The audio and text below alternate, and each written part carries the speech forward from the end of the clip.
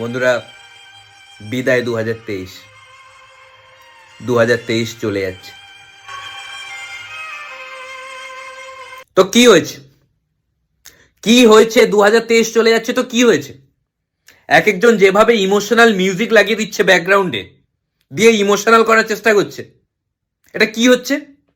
বিশেষ করে আমি দেখলাম নিউজ চ্যানেলগুলোতে একটা ইমোশনাল ব্যাকগ্রাউন্ড মিউজিক লাগিয়ে দিচ্ছে। মাঝখানে আমি ইমোশনাল হয়ে গেছিলাম, আবার 2023-এর জন্য খারাপ লাগছিল। 2023 চলে যাচ্ছে। তারপরে মাথায় এলো 2023 তো একটা number, only age is just a number. এগুলো নাম্বার নয়। এক একজন তো পাগলই হয়ে যায়।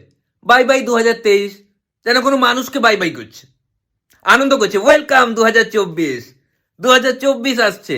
তো আসছে তো কি হয়ে গেছে? কি চেঞ্জ এসেছিল 2023 আসার পর? তোমার এজটাই বাড়বে, আর কি হবে? একটা বার্থডে পাবে, তারপরে আবার আসবে লাখ লাখ মেসেজ, ওগুলোর আবার রিপ্লাই করতে হবে। মেসেজের রিপ্লাই করতে করতে 2025 চলে আসবে। এক একজন জীবনে মেসেজ করেনি ফার্স্ট দিন হ্যাপি নিউ ইয়ার, ওদের মেসেজ দেখলে মনে হয় আরে বেঁচে আছে। একদিনই মেসেজ করবে বছরের প্রথম দিন, হ্যাপি নিউ ইয়ার, সারা বছর ভালো থাকবি, আর কথা নয়।